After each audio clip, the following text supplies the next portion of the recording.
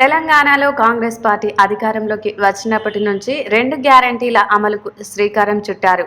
ఎన్నికల ప్రచారంలో చెప్పిన హామీల ప్రకారం మరిన్ని పథకాలను అమలు చేయాల్సి ఉంది. ఈ నేపథ్యంలో కొన్ని సంక్షేమ పథకాలు అమలు చేయడంపై కాంగ్రెస్ అశ్రద్ధ వహిస్తోందంటూ బీఆర్ఎస్ ఆరోపిస్తోంది. అందుకుగాను రేవంత్ సర్కార్పై యుద్ధం ప్రకటించింది బీఆర్ఎస్. రాష్ట్ర వ్యాప్తంగా నిరసనలు తెలపాలని పార్టీ శ్రేణులకు పిలుపునిచ్చింది. మరి ఈ నిరసనలు ఎందుకో దేనికోసమో ఇప్పుడు తెలుసుకుందాం. కాంగ్రెస్ ప్రభుత్వ విధానాలపై ఆందోళనలకు సిద్ధమవుతోంది బీఆర్ఎస్. సిద్ధమవడమే కాదు, ఆల్రెడీ నిరసనలకు పిలుపునిచ్చేసింది.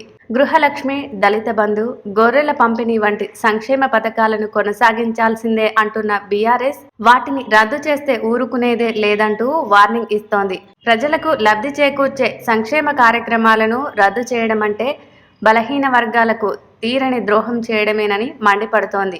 పార్టీ నేతలు శ్రేణులతో టెలికాన్ఫరెన్స్ నిర్వహించిన కేటీఆర్, హరీష్ ఆయా పథకాలను రద్దు చేస్తే పెద్ద ఎత్తున నిరసనలు చేపట్టాలని పిలుపునిచ్చారు.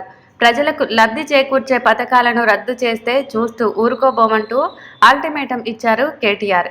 ప్రజా సంక్షేమం కోసం గత బీఆర్ఎస్ ప్రభుత్వం ప్రవేశపెట్టిన గృహలక్ష్మి, దళిత బంధు లాంటి పథకాలను కొనసాగించాల్సిందేనని డిమాండ్ చేశారు.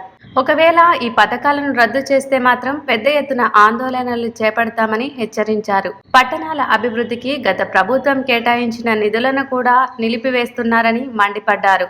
ఇలాగైతే ఆర్&బి, పంచాయతీరాజ్ రోడ్ల అభివృద్ధి నిలిచిపోతుందని ఆవేదన వ్యక్తం చేశారు కేటీఆర్. వీటన్నింటిపై ఎక్కడికక్కడ నిరసనలు తెలపాలని బీఆర్ఎస్ ఎమ్మెల్యేలు, మాజీ ఎమ్మెల్యేలు, పార్టీ ఇన్ఛార్జీలు, ముఖ్య నేతలకు సూచించారు.